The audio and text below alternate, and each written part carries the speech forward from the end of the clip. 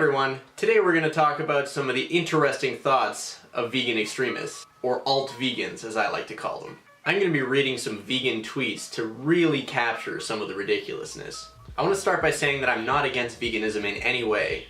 I think that if you go vegan, you are sacrificing a huge amount for whatever you're doing it for.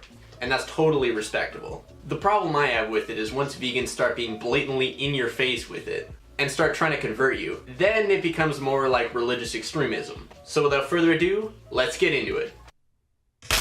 I talk about stuff. Our first tweet starts with a good old quote from Hitler, which naturally they're comparing to meat organizations, and then says, "Be vegan because their lives belong to them and are not for ours to exploit and take."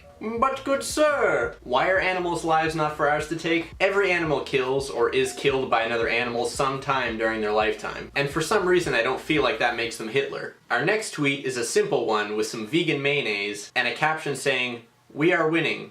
The future is vegan." I hate to break it to you, but only about 0.5% of the US population is strictly vegan. And that statistic is coming from vegetariantimes.com, so I feel like they might be a little biased. But of course, it is a growing movement that is helping the environment, so I'm not going to downplay that at all. As a side note, I decided to check out the lady's profile that posted this picture, and she seems just a little obsessed, and definitely an imposing veganizer as her profile suggests. And of course she just got finished telling people to stop eating turkey on Thanksgiving, saying, "Think of the turkeys."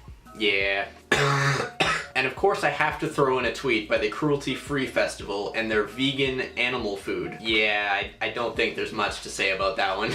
Our next tweet comes from One Green Plant and says that we should ban animal testing for good, and shows a picture of a cute little white rat. Now this one I feel like people need to understand. We need animals for testing. The majority of medical breakthroughs in the past century were from animal testing. If you don't have animals to test on, it's incredibly difficult to actually get the medicine that you're trying to get out there to be tested on humans. I just want to clarify that I mean testing on mice and rats. I don't think you should go around injecting things into monkeys or other intelligent beings. The last tweet is by the Good Food Institute and shows vegan shrimp made entirely out of vegan products molded into the shape of shrimp.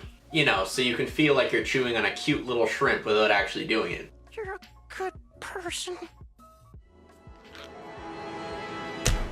The last thing I want to do is show you guys an article by everybody's favorite company, PETA. And just so you know, I really had to try and find a picture that was appropriate that I could put on YouTube that didn't have a half-naked chick holding a skinned lamb. PETA wrote an article called, "Is It Really Natural? The Truth Behind Humans and Eating Meat."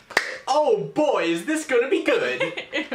They go through various biological features of humans that would point to us not being meant to eat meat of any kind. The whole article is just insane, but I want to point to one part where they talk about human teeth. According to PETA, they say that human canines are not built to rip and tear flesh. But after doing some research of my own, I found multiple scholarly sources saying that humans have gone through phases of eating only meat, only plants, and both. One of our ancestors, the Australopithecus africanus, ate almost entirely meat, with large canine teeth much like we see in chimpanzees today. Of course, after reading that I had to read the rest of the article. And what a shock! PETA was bending the facts to meet the conclusion that they wanted to meet. And now it's time for our word of the day. And today our word of the day is brevity. Brevity is a noun that means exact or concise use of words in writing or speech. I guess you could say that some people on Twitter aren't very careful with their brevity.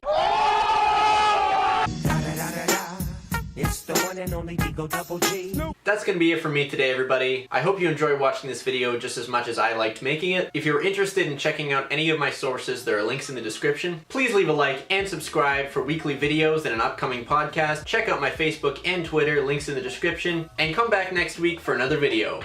Peace.